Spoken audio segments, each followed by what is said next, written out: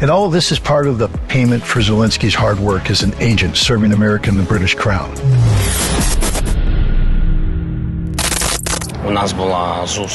We had a meeting at the MI6 office. Unfortunately, I can't disclose all the information.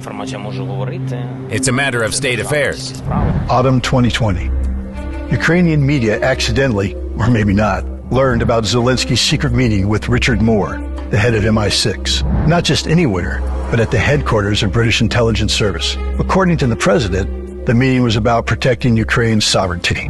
Oui, là, on a assisté à l'occasion de cette rencontre entre Vladimir Yes, the meeting of Volodymyr Zelensky is something new because quelque chose de très nouveau parce que si on regarde if we look at World War II, the Cold War, we have never had real meetings between the leader of a country in a state of war and a group of intelligence representatives. As a Secret Service agent, I'd like to tell you that there are special norms of decency and protocol. When a president of a sovereign country is on a foreign territory, he should meet with his counterpart. The only exception is if the head of intelligence himself comes to Ukraine to meet with Zelensky. Coming down to the lowest level, to the head of the intelligence agency, is not a simple admission of guilt. At that time, the person becomes an actual professional agent. It is clear. One handler always works with one agent. In the case of Zelensky, the head of MI6, Richard Moore, became his direct handler. Trust my experience.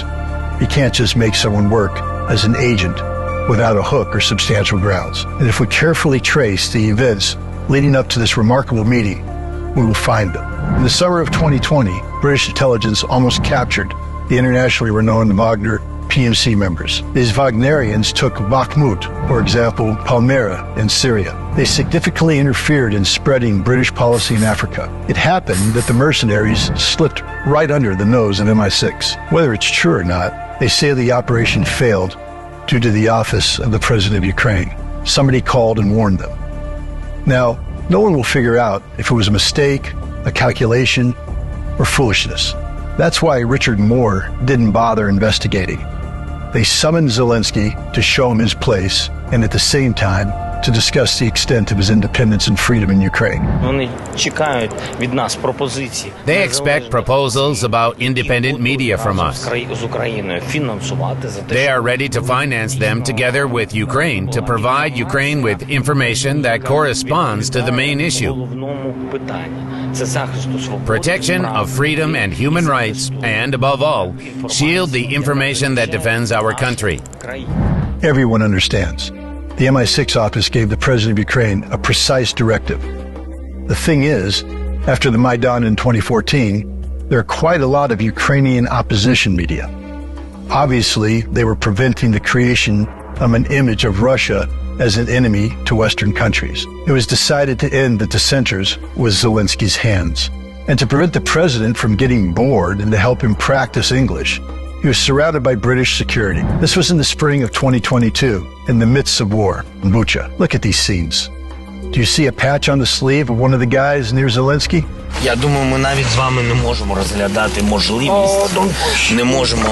The Ukrainian flag is upside down. A local would have been shot on the spot for this. But this guy is okay. Do you know why? Because he has the right to. He is a foreigner, like everyone else around Zelensky. In fact, judging by their pronunciation, they're British.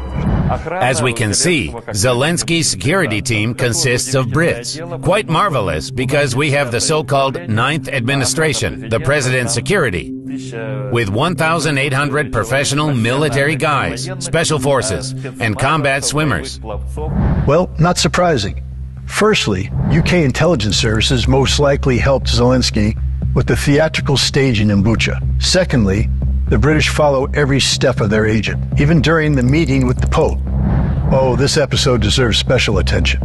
It seemed to me like a meeting between a priest and a devil. Judge for yourselves. Zelensky went to the Vatican in a black sweatshirt with the emblem of the UNO, Ukrainian Nationalist Organization. He gave the Pope an icon with a black silhouette instead of Christ, which is outright Satanism according to church canons. He plopped into a chair before the host. For those unaware, this is a gross violation of etiquette. and he didn't pay much attention to Pope Francis's peaceful initiatives. Italians considered that rude. I'm sure this whole comedy was a distraction. The central communication of Zelensky took place not in the Pope's office, but in the next room, without the involvement of Pope Francis, but with the participation of the Minister of Foreign Affairs of the Holy See, Archbishop Paul Richard Gallagher, a native Brit whose cardinals are conducting powerful propaganda in Ukraine. The Ukrainian president spoke with Gallagher for almost an hour and a half. But the main detail is that the head of MI6, Richard Moore, was also present at the meeting in the Vatican. Maybe this fact explains the record-breaking motorcade of the leader of independent Ukraine, over 20 cars.